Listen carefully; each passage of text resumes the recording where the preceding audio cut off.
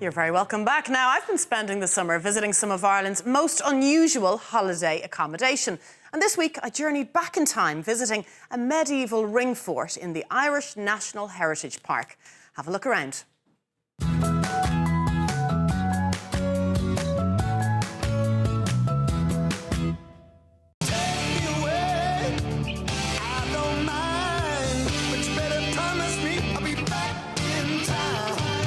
It's times like this where I wish I paid more attention at school in history class, particularly about the Bronze Age. But you've created something very unique. Of course, Ireland is well known for its ring forts. Will you define a ring fort for me, first of all? A ring fort is a settlement area, and the most important people of the time would have lived here over 1,200 years ago. Okay.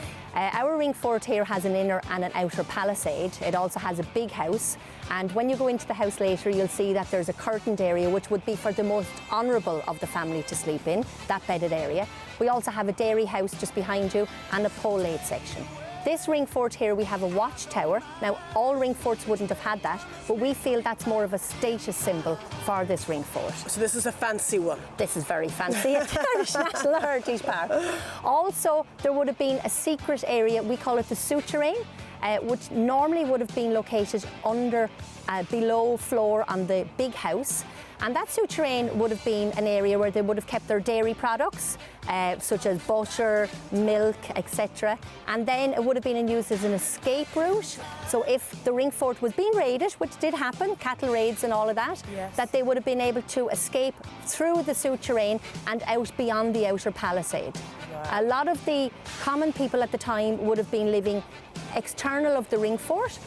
They would have been in open settlements around that. So this would have been for the very important family. It's an historic lesson, isn't it? It is. As well as an accommodation experience. Surely, but it's what we like to describe here. We're very immersive and educational, and most importantly, Anna, entertaining. Fun. Because there's nothing like it, you know, bringing a family out, small children, old children, teenagers that don't want to be there with you. But you know what? They all get something from it. Now, when you book this for the night, what's the deal, Maura? The deal is you check in at 2 o'clock in the afternoon, okay, anytime after. You're more than welcome to come in the morning and obviously have a complimentary tour around the park, just to familiarise yourself with the 35 acres and what's going on all the other sites. You get the key, you get all your health and safety bits.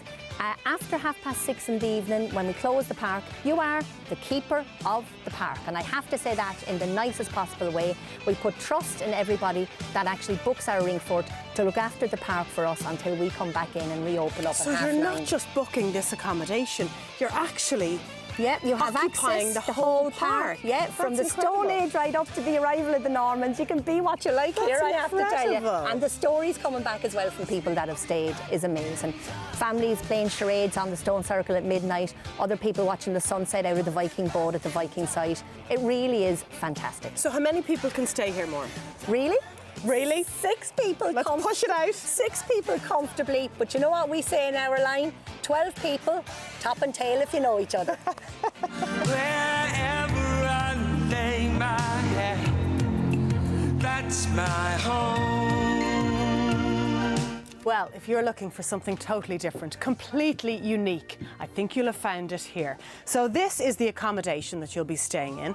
2 people over here, 2 over at the other side and 2 on the top. So it's a stone house with a beautiful thatched roof, all replicated to look like it would have been 1,200 years ago. This was built about 30 years ago, but just feels so authentic. Fire in the middle of the room here, and all of the costumes ready to go if you fancy getting into character. Wooden bowls and plates, wrought iron cutlery, and all of the bedding. Straw mattresses and sheepskin rugs. So it really does feel very authentic. All of your supplies, the skillet for the barbecue, everything you need there for cooking your own meal, and a fridge as well for the dairy, or indeed your drinks. And up here, they do say 6 people, but actually you can sleep up to 12. So it's up to you how comfortable or how intimate you are with those people. And stag do's and hen parties all come along. I'm told whoever sleeps on the top bunk needs to have the strongest bladder. I don't mind, but you better promise me I'll be back in time. Well, if you fancy experiencing firsthand how our ancestors would have lived over 1,200 years ago, this is the staycation for you. For information on Ring Fort and Viking stayovers, visit irishheritage.ie.